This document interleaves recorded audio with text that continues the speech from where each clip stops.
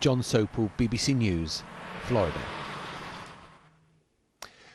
The new head of the security service, MI5, has warned of the challenges posed by China in the years ahead. Speaking publicly for the first time since taking the job, Ken McCallum has been setting out his priorities. He said terrorism was still a threat, but that hostile activity by some foreign states was on the rise.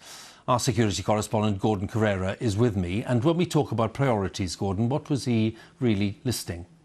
Well, we got a sense today from Ken McCallum, 45-year-old, representing really a generational shift from MI5, that there is a time of transition in the threats that the UK is facing right now and creating what he called a nasty mix. So terrorism is still there. There have been some changes, growing number of far-right cases. COVID-19 has complicated it in some ways, less crowded places for the terrorists to attack, but also harder for MI5 officers to follow them around near empty streets. But overall, his message was that there are these new concerns.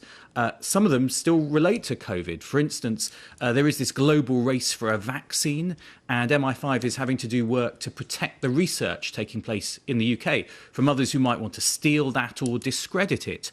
But it was the concern really about what spies call hostile state activity, which stood out. That's other countries interfering with politics, stealing economic information.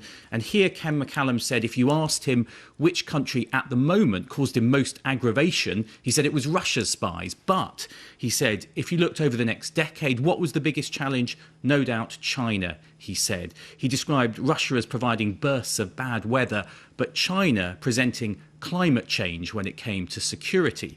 And I think working out what to do about that real landmark shift in security will be the challenge, not just for MI5, but for the whole of government. Gordon, thanks very much again. Gordon Corera, there, our security correspondent.